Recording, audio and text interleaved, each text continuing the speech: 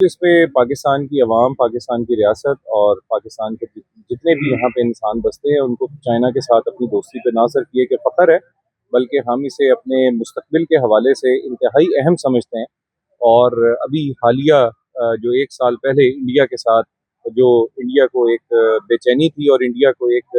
पाकिस्तान पे जारहाना हमला करने और अपनी कौमी सियासत के अंदर पाकिस्तान के नाम को इस्तेमाल करके अपनी हुकूमतों को दवाम बख्शने का जो एक उसका रवैया है, जो कि पिछले हम 10 साल से देख रहे हैं कि बढ़ता जा रहा है। उस जंगी जुनून को जो रोक लगाई गई उसमें चाइना पाकिस्तान के साथ एक सीसा पिलाई हुई दीवार की तरह खड़ा हुआ। और जिस वक़्त इस ऑपरेशन का नाम बुनियानुल मरसूस रखा गया तो जैसे तो कौम फ़ौज के साथ खड़ी हुई वो तो एक अपनी नज़ीर रखती है, लेकिन जिस तरह के साथ चाइना पाकिस्तान की हुकूमत के साथ बिल्कुल फ्रंट पेज के ऊपर खड़ा हुआ, ये भी एक अपनी नज़ीर रखता है। तो हम चाइना के साथ जो हमारी दोस्ती है पाकिस्तान की रियासत की तरफ से, आज हम उस 75 साला कौमी दिन को एक यादगार तरीके से मनाने के लिए यहाँ पर इकट्ठे हुए हैं। और आज हमने अलामती तौर के ऊपर पाकिस्तान और चाइना का जो परचम है वो भी सरकारी बिल्डिंग्स पर हुकूमती हदायत के बिल्कुल ऐन मुताबिक जो है वो लहराया है।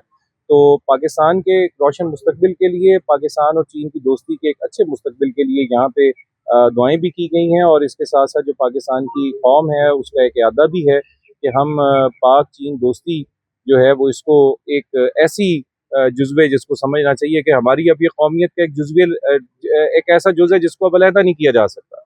तो हमें इस पे फ़ख्र है जी, हर हाल में, यही इसके हवाले से कहा जा सकता है। बहुत शुक्रिया।